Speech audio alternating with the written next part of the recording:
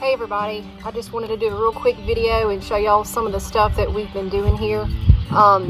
These are just some examples of some cool season wildflowers. We don't often think of wildflowers during our cooler months, but these perform great. They are very hardy. They are very tolerant of low temperatures.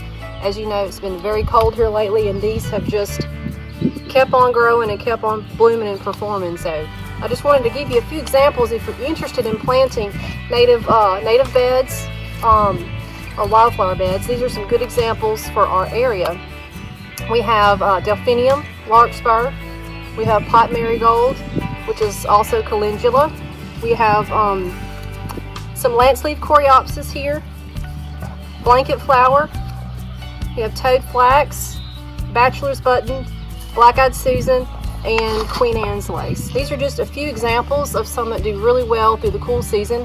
What you would want to do is plant these in the fall. You order your wildflower seeds from a reliable source, and you want to sow these in the fall. Like October is ideal into November, and they're going to germinate and they're going to start growing from their basal rosettes. Most of these will grow from a basal rosette, which is like this. This is a bachelor's button, and it grows this little crown type plant, and the flowers will shoot from the center of that crown.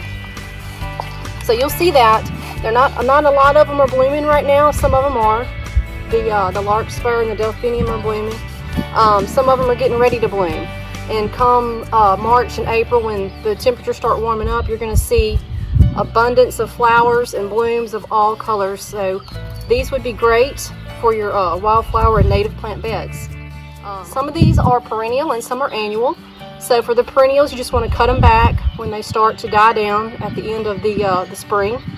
And the annuals, just let them go to seed, and they'll come back for you year after year. You don't want to plant these in your regular landscape beds, like say in the front of your house where you have your manicured landscaping. You want to plant these in a bed off to themselves, maybe in your backyard. Let's say you have a more of a casual landscape look in your backyard. It's great for cottage gardens. It's great for borders. It's great for micro meadows and micro prairies that you would like to start in your yard. And it also is great for pollinators and bringing wildlife into your yard. The LSU Ag Center, I'm Marcy Matthews. Thanks for watching.